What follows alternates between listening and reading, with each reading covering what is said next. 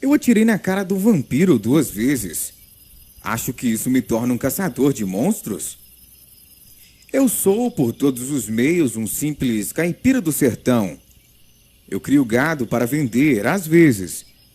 Dirijo minha picape e moro na velha casa de espingarda do meu avô, que ele construiu nos anos 40.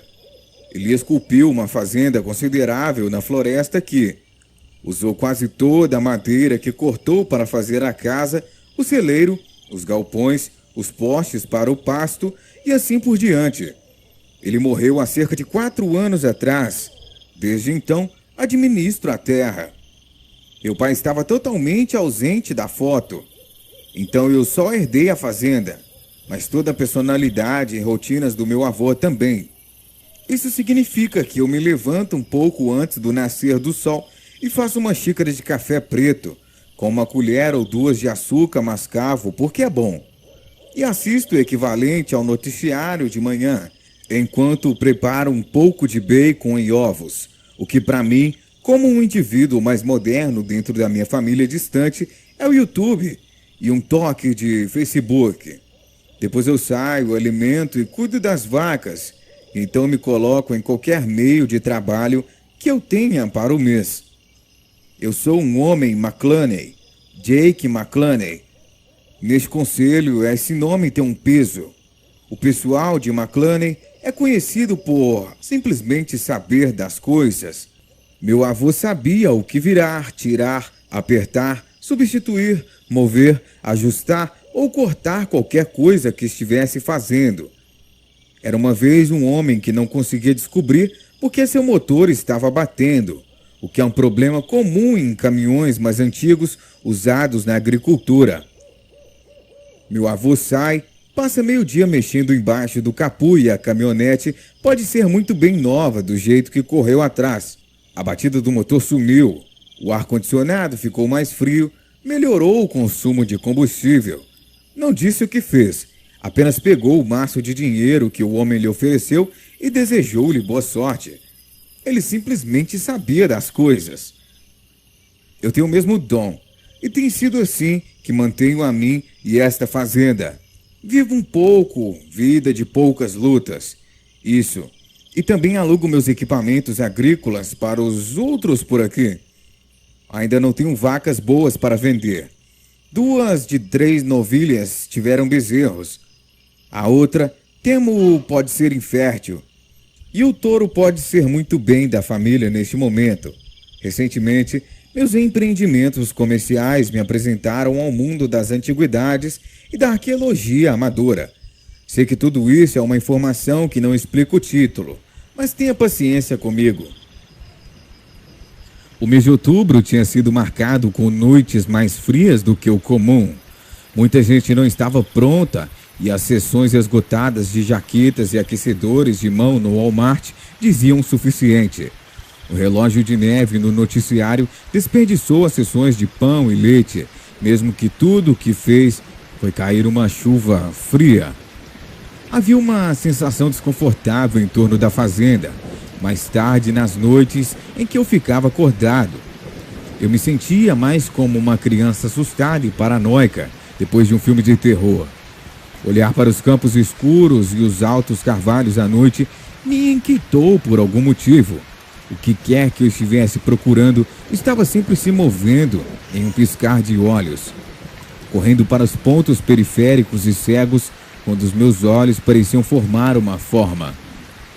Que havia um urso ou puma rondando. Talvez um grande bando de coiotes.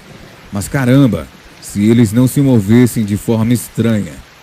Pensei a olhar mais por cima do ombro, ouvindo com atenção quando andava pela floresta, depois de um dia de caça ao veado, tentando muito vencer o sol antes dele se pôr. Meus medos vieram sem aviso prévio, mas esperados eventualmente. Tudo começou em uma fresca manhã de outubro, o dia das bruxas, curiosamente.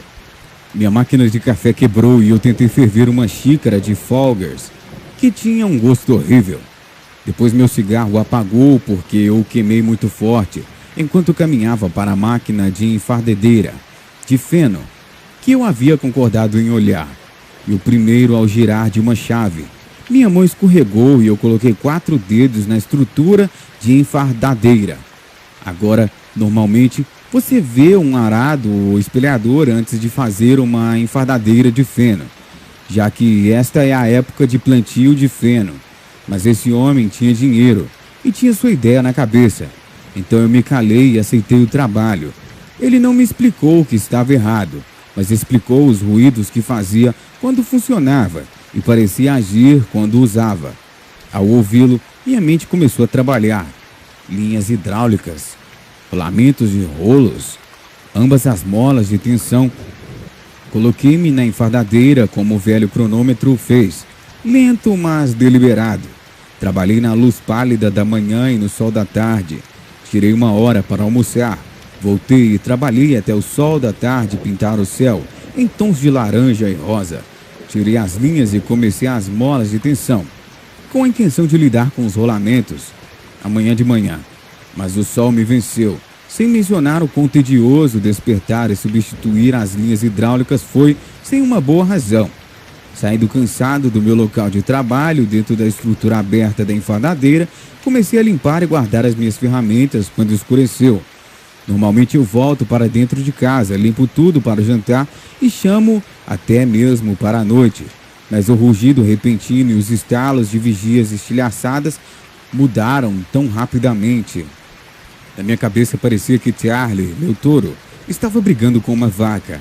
Ou talvez tivesse ficado preso e enlouquecido. Situação ruim de qualquer jeito. De qualquer forma, corri para dentro de casa e peguei o rifle do vovô, um Remington 742. Gasto, que estava em cima da minha porta em um suporte de armas de casco de veado. Sim, é exatamente o que parece. Mesmo que eu amasse aquele touro como um animal de estimação, ainda era um pedaço de meia tonelada de pavor e propenso a fazer qualquer coisa. O 742 era a única exceção à regra da família. Mantinha suas armas descarregadas e armadas. Tem um carregador de 10 tiros, mas ele carregava manualmente um 11º extra na câmara. Então eu fiz o mesmo. Escusado será dizer que tudo o que fiz foi pegar aquela arma, ligar o interruptor para as luzes do meu celeiro e atravessar a estrada para ver que diabos estava acontecendo. Deslizando sob a cerca de arame farpado com tantas vezes antes, tirei a trava de segurança do meu rifle enquanto me movia em direção à fonte do barulho e me preparava para o pior. O celeiro tinha um conjunto de portas de sótão na frente e uma abertura lateral à esquerda, pela qual as vacas podiam passar para dormir na parte de trás durante invernos especialmente rigorosos. Onde entrei sob a cerca, o lado esquerdo do celeiro foi o mais próximo de mim e rapidamente cobri o terreno no pequeno campo aberto entre eles, cautelosamente entrando no celeiro.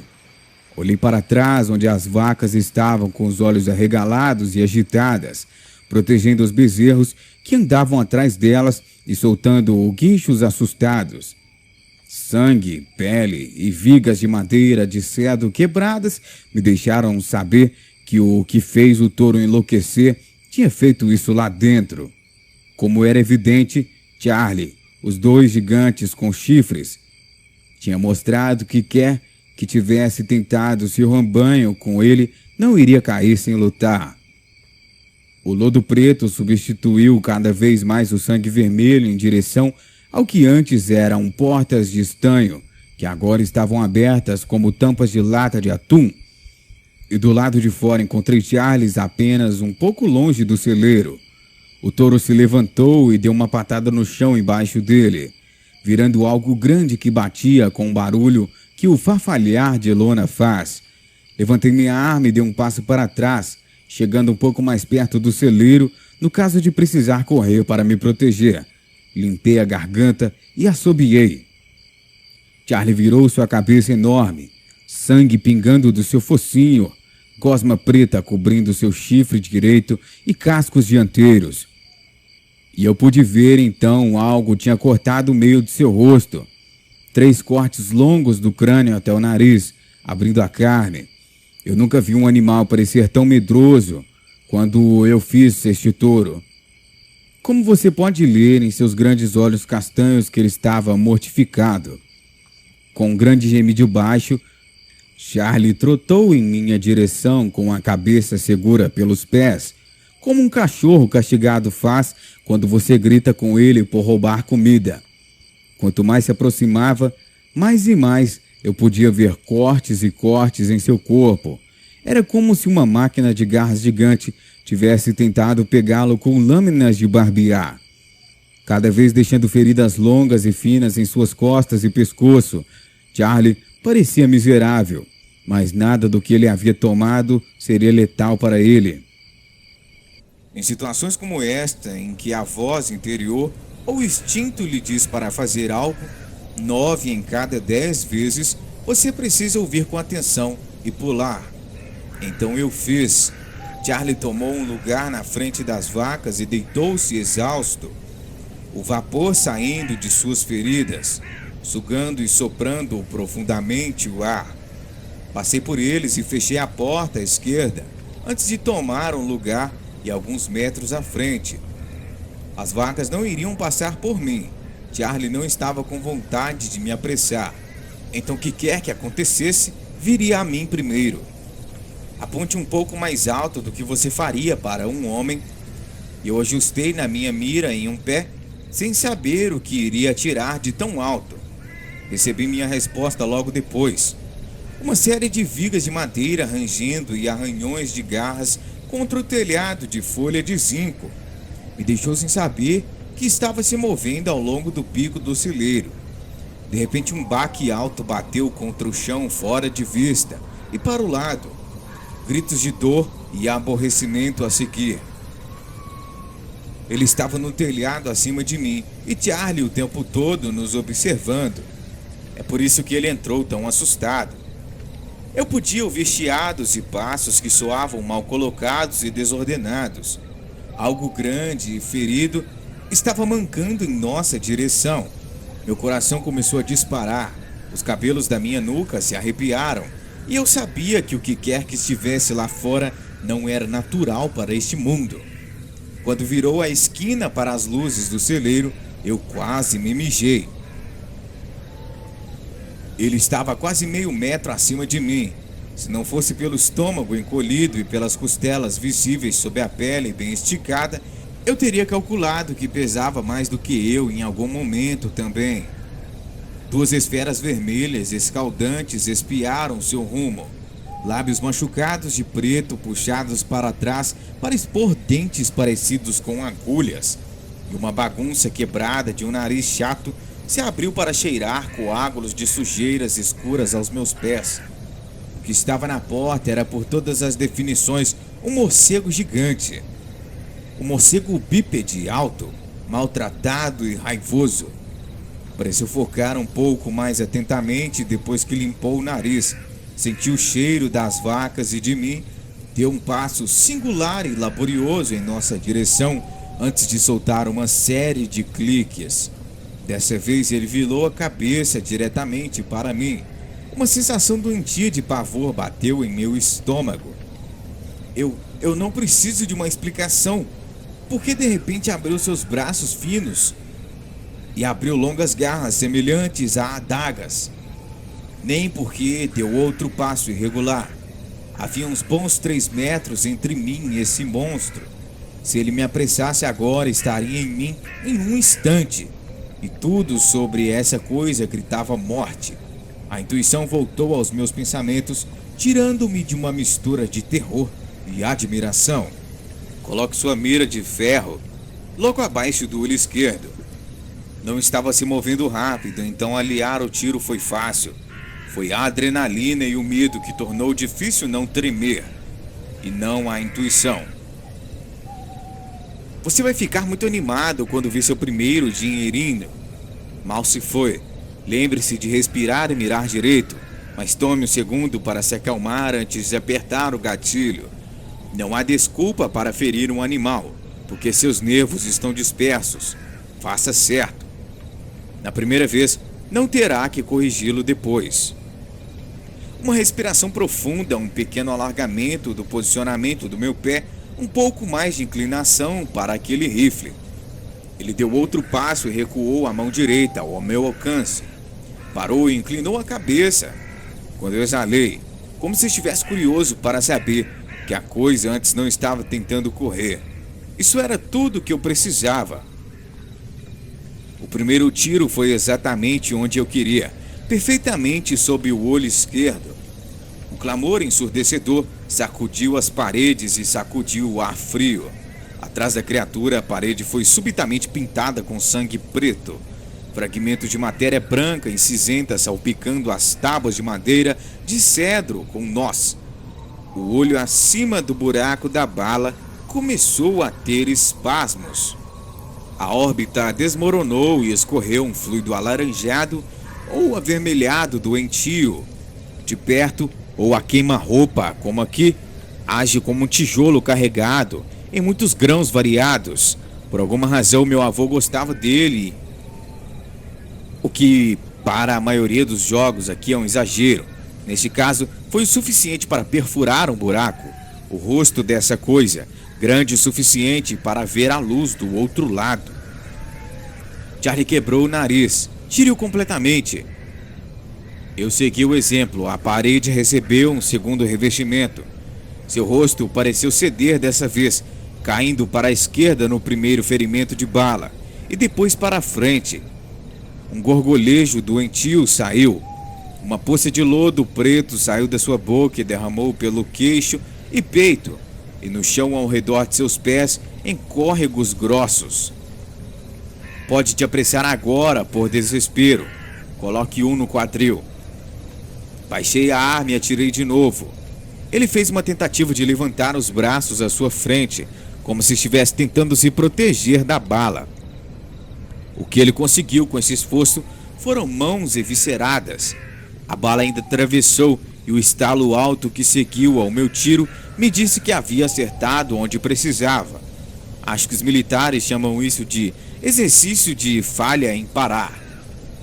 Dei um rápido salto para trás quando ele tropeçou para a frente e caiu sobre os dois joelhos, soltando respirações extremamente irregulares e lama.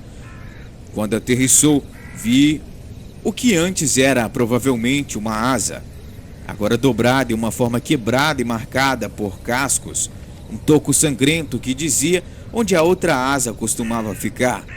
O que Charles estava arranhando quando o encontrei. O touro tinha sido esperto, ou simplesmente sortudo para aleijar essa coisa dessa maneira. Um segundo gorgolejar veio em uma enxurrada de líquido preto, a substância turva quase salpicando as minhas botas de trabalho. Olhando para trás agora, tudo isso parece sádico ou insano, mesmo que fosse um morcego monstruoso, e eu garanto de que qualquer forma foi. Mas que porra é essa? Não culpo tal reação pela minha descrição do primeiro encontro, nem como eu o lidei. Mas se você viu do que essas coisas são capazes, que crueldade, que selvageria, você descobrirá que o que fiz foi equivalente a colher margaridas e soprando bolhas. Você ainda não ouviu o que aconteceu com a família Harvey. Se ele conseguisse colocar uma garra singular em mim, teria enfiado minhas entranhas nas vigas e arremessado meu corpo contra o que quer que lhe desse a fantasia, até que eu me transformasse em nada mais do que sangue e escombros. No ano, desde aquela noite, eu aprendi muito sobre essas aberrações da natureza. Muitas lições aprendidas da maneira mais difícil também. É melhor deixar seu senso de moralidade e misericórdia de lado, quando se depara com uma entidade que não pode compreender esses conceitos, ou é totalmente incapaz e opta por renunciar a qualquer consideração por essas coisas. Mas continuando, não vou mentir e dizer que lidei com isso como um fodão. Mesmo que pareça, era memória muscular e era apenas o que fazia sentido fazer. Quando você é criado atirando e caçando, isso tira o choque de atirar em presas até certo ponto, seja um veado ou coiote ou morcego gigante. Também instila uma resposta cíclica em uma situação em que o animal que você atirou é perigoso e vindo para você. Você não para até que ele pare. Isso foi um pouco o mesmo, mas ainda me abalou até o meu núcleo. No segundo em que a fumaça e o cheiro de pólvora deixaram meu nariz, foi substituído pelo fedor de enxofre. O lodo preto borbulhou daquela coisa como açúcar derretido em uma panela que ficou quente demais rapidamente. O morcego ficou parado no chão, sua cabeça parecendo mais uma abóbora quebrada deixada ao sol para apodrecer do que um animal que uma vez se parecia. Ele sentou-se desajeitadamente, provavelmente tentando manter o peso de onde a bala o atingiu. Quadril. Virei-me e vomitei no local. A combinação de adrenalina, visão e cheiro do que eu tinha acabado de fazer era muito cedo. Senti um toque de vergonha, mesmo que tivesse a intenção de machucar a mim e as vacas. Charlie, no entanto, não compartilhava das mesmas conexões. Eu me virei depois do meu momento de enjoo para ver uma parede de músculos castanhos passando por mim em direção à criatura, grunhindo pesadamente enquanto ele ganhava velocidade. Com um golpe lateral baixo, Charlie enganchou uma buzina em seu peito, com um baque profundo, e empurrou para cima para rasgá-lo, a caminho do campo. Seus guinchos ofegantes de dor, quase inaudíveis sob o galope estrondoso de Charlie. Eu me arrastei para as portas dobradas do sótão para ver Charlie em plena fúria e poder. Os gritos profundos que ele soltou, ribombando pelo pasto e nas árvores, ele jogou a cabeça em um amplo círculo, atirando o taco para fora e para a terra. Parecia que estava tentando rastejar para longe, quando Charlie o perfurou sob seus chifres. Quando ele parou de se mover, ele se ergueu sobre as duas patas traseiras e desceu seu peso repetidamente sobre as costas como um poste de cerca. A criatura gaguejando quando seus ossos se estilhaçaram sobre o peso do touro. Eu não estava com pressa para tentar acalmar Charlie, nem acho que teria sido capaz. Os animais agem por instinto, e o dele neste momento era garantir que essa monstruosidade não pudesse machucá-lo, ou seu rebanho, nunca mais. Mas eu acabaria fazendo era atrair a mesma ira. Meus joelhos dobraram então, e eu tive que apoiar a coronha no chão para me firmar. Em um dia, meu mundo inteiro virou de cabeça para baixo e virou o que eu desejava que fosse, um pesadelo. As perguntas vinham repentinamente, cada vez mais confusas e preocupantes. O que será que é isso? Estava esperando para descer do telhado ou estava caindo uma tentativa de me pegar antes que eu entrasse? Mas essas coisas viajam em pacotes? Essa coisa preta é tóxica ou venenosa? É isso que tem para o sangue? Por que cheira a enxofre? Há quanto tempo essa coisa caça as vacas? Alguma vez esteve me caçando? O quê? Quando? Onde? E por quê? Perdi a noção do tempo, apenas fiquei em silêncio e assisti Charlie fazer seu trabalho. Eu não tinha capacidade de me mover ainda. Não sei exatamente quanto tempo fiquei ali sentado entre as portas do sótão, mas foi suficiente para Charlie partir o morcego em dois, e o suficiente para o resto do rebanho vir e sentar-se bem atrás de mim, lambendo os meus tornozelos. Acho que para ver se eu também estava morto. Ficou dolorosamente frio depois de um tempo. Toda emoção deixou meu corpo.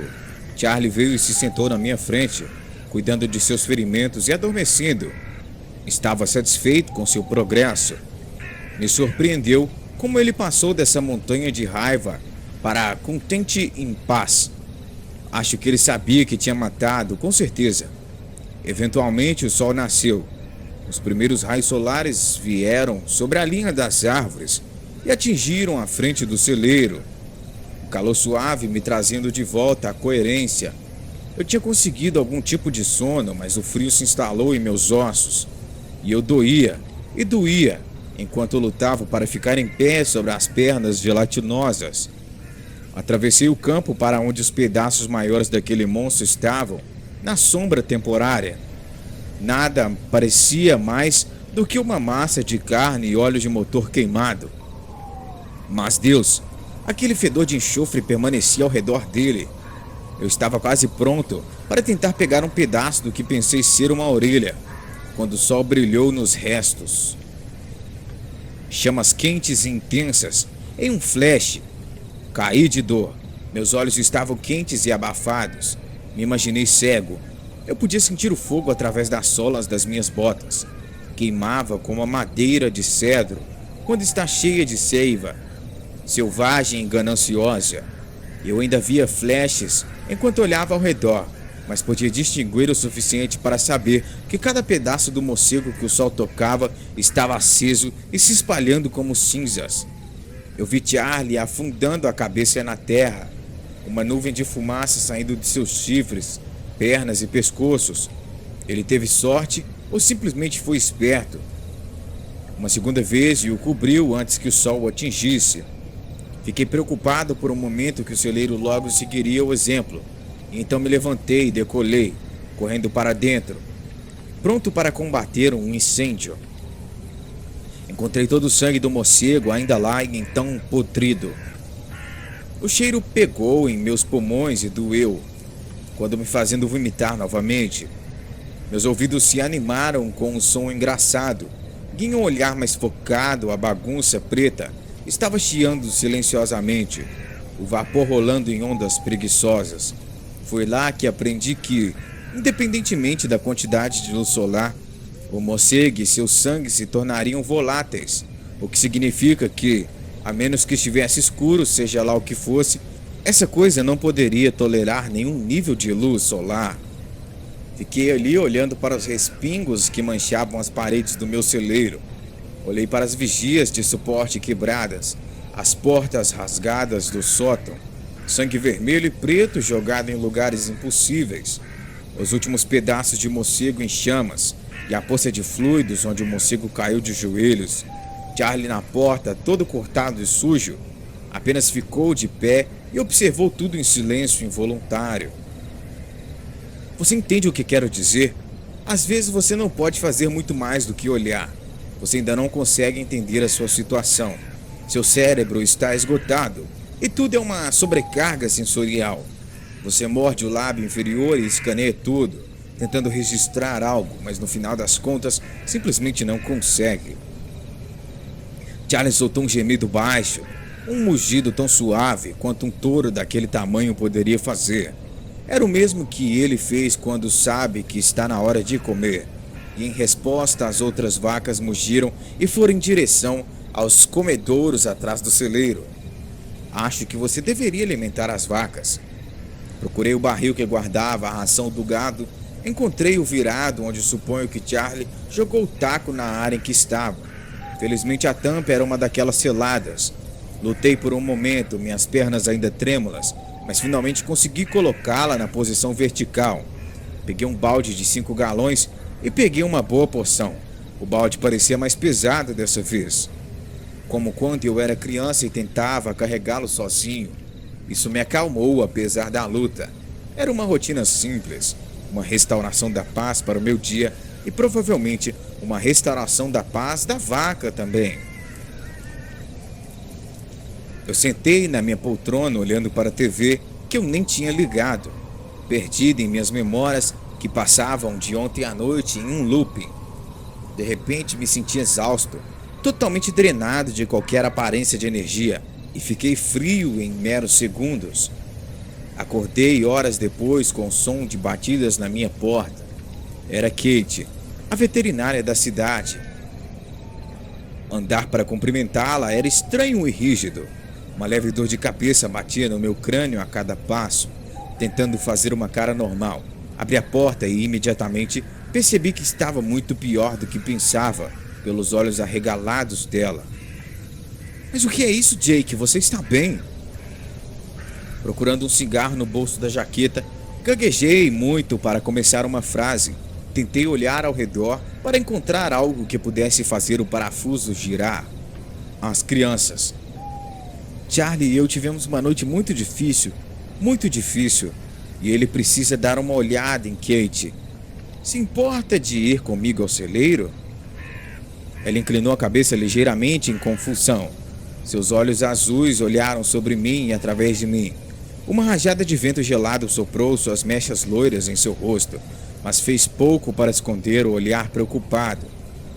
Jake, você está apenas queimado de sol no rosto, no meio do outono.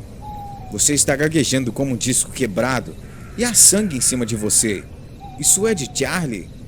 Este não é o Jake McCluny, com quem eu fui para Lancashire. Nos meses seguintes, as pessoas comentaram sobre uma diferença em mim, como Jake McCluny não sorriu tão calorosamente, ou como eu me encontrei na floresta e no céu à noite.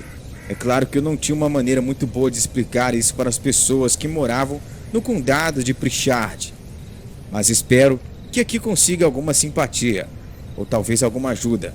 De qualquer forma, o morcego não foi o primeiro de seu tipo, nem foi o último monstro que eu encontraria e teria que lidar. Uma boa noite.